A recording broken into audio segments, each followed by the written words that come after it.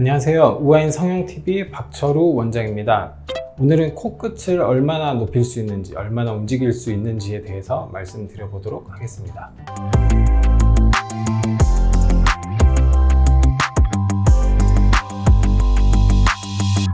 코 상담 시에 코끝을 얼마나 높일 수 있는지 물어보시는 분들도 있고, 코 많이 들려 있으신 분들은 또 얼마나 내릴 수 있는지도 물어보시는 분들이 많이 있으신데요. 제가 이전에 이제 코끝 성형에 대해서 영상을 하나 올린 적이 있는데 전반적인 내용은 코끝 성형 편에 나와 있으니 한번 참고해 주시면 감사하겠습니다. 코의 위쪽 3분의 1은 뼈로 이루어져 있고 아래쪽 3분의 2는 연골로 이루어져 있는데, 이 코끝을 이루는 날개 연골이라고 하는 게 이제 양쪽으로 있게 되겠고, 이 부분을 텐트의 기둥처럼 받쳐주고 있는 게 비중격 연골이 되겠습니다. 그리고 이제 코끝이 수술을 했을 때 얼마나 움직일 수 있는지를 쉽게 알아볼 수 있는데, 그럼 본인이 직접 손을 넣어서 이렇게 움직여 보시면 돼요. 이렇게 쭉 당겨 보았을 때 그것보다는 살짝은 더 높일 수는 있지만 그것보다 더 많이 높이거나 할 수는 없고요. 어느 정도 이 코끝이 움직일 수 있는 가동 범위가 정해져 있다고 보시면 되겠습니다.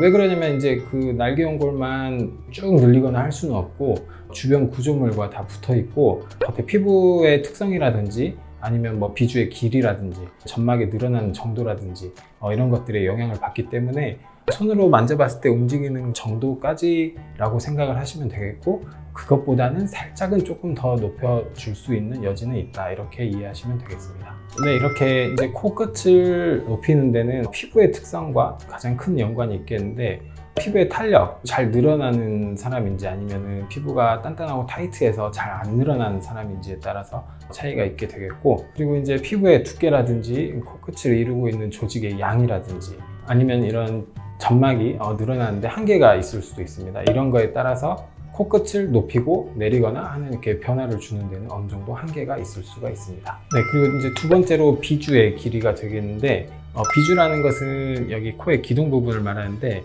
이 부분도 어느 정도 이제 피부가 좀 늘어나는 범위가 있는데, 원래 이제 코가 낮아서 특히나 이제 비주가 많이 짧으신 분들이 있어요. 이런 분들을 이제 직접 해보면은 많이 안 늘어나신 분들이 간혹 계시는데, 그런 분들은 역시 코끝을 높이는데 어느 정도 한계가 생길 수가 있습니다. 그리고 이제 세 번째로 재료 문제가 되겠는데요.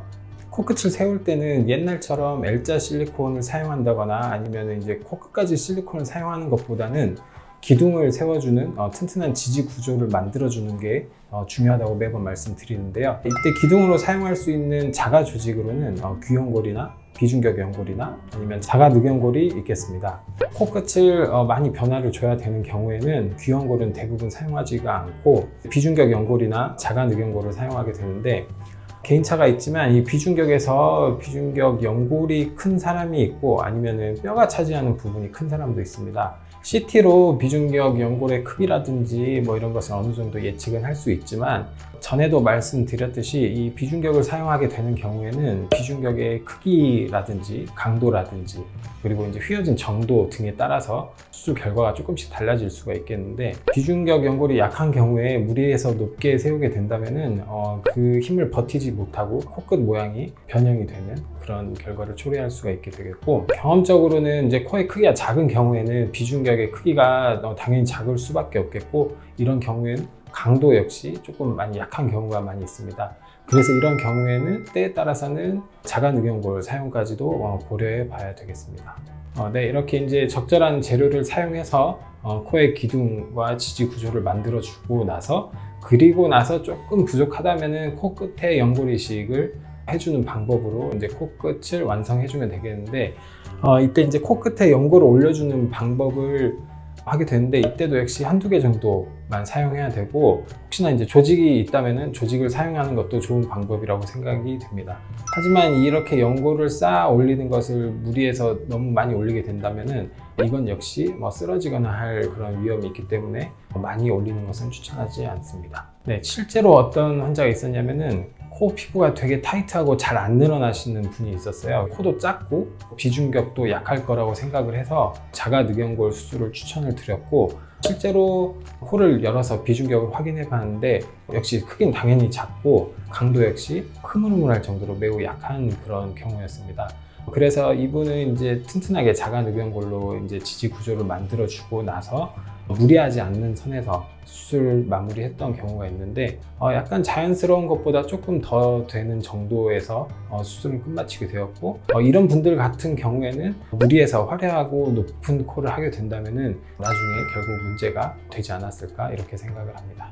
네, 그리고 이제 콧구멍과의 관계도 조금 생각을 해줘야 되는데, 코끝을 높이다 보면 이제 콧구멍 모양도 같이 변하게 됩니다. 콧구멍 모양은 타원형 모양, 강낭콩 모양이 이상적이 되겠는데, 그것보다 조금 더 무리해서 높인다면은, 아니면 이전에 콧볼 축소 하신 분들을 또 무리해서 많이 높이게 된다면 110볼트나 이런 젓가락 세워놓은 것 같은 그런 모양으로 될 수 있어서, 그런 경우에는 코끝 높이를 좀 조절하는 게 맞다고 생각을 합니다. 이상으로 코끝을 얼마나 움직일 수 있는지에 대해서 알아보았고요. 다음에 더 유익한 내용으로 찾아뵙겠습니다. 감사합니다.